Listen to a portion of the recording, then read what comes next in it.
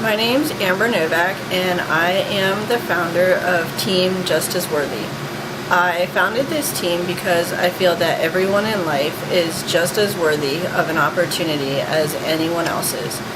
And my main reason, my personal main reason for forming the team is because I was labeled at birth as legally blind. The world has continued to put this label on me throughout my whole life. It started when I was younger, just entering preschool and kindergarten, where people didn't want to play with me in the classroom because I couldn't play the same way that they did, and they thought that I didn't want to share and I didn't know how to play because I wasn't doing things the same way as they were. And then it continued on through elementary school, 3rd, 4th, 5th grade. People didn't want to play with me on the playground because, I couldn't play softball, or I couldn't climb on the monkey bars or do things exactly how they did. I had to put my hands out and feel my way through because I couldn't see to do everything exactly how they did. And then in middle school it just grew worse, and that's really when I think the bullying started. And people judged me because I had to have large print textbooks.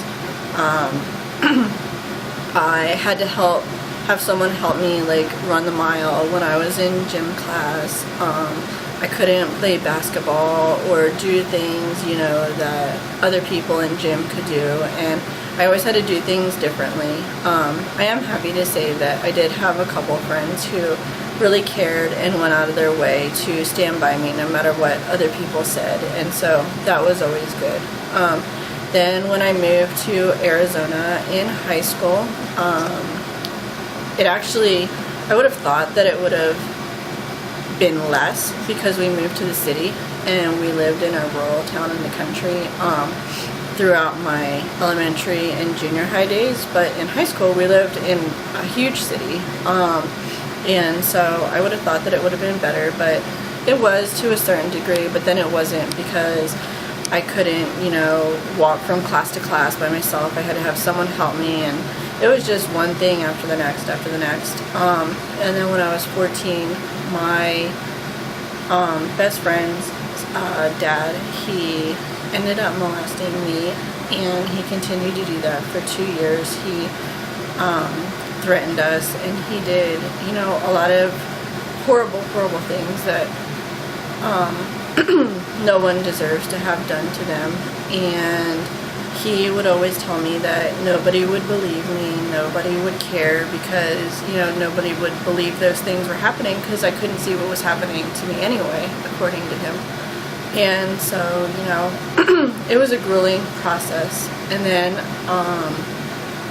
I got married, and that didn't exactly work out for a lot of the same type of reasons, but the positive thing about that was I met my husband, and he was one of the first people who didn't judge me for my eyesight. He knew when we met that something was wrong, but I always learned to cover it up and just try to blend in the best that I could because I got so tired of being bullied. That was the easy way out.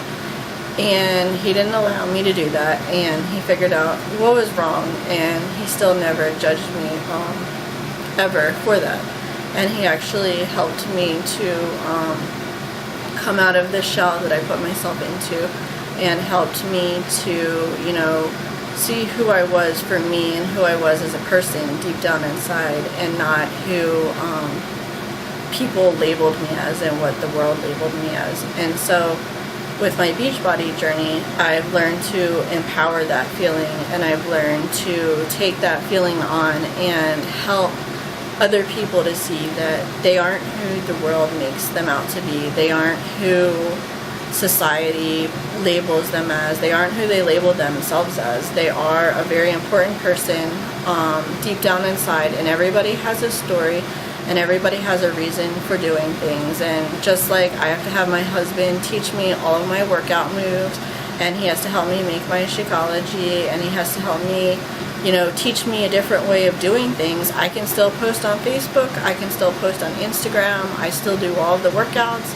I still drink Shakeology, and I help now I help other people to see the true, deeper meaning of them, and not the struggles and the battles and the labels that life and society and people put on them. So I hope that this story helps somebody to, help someone else make a difference in their lives.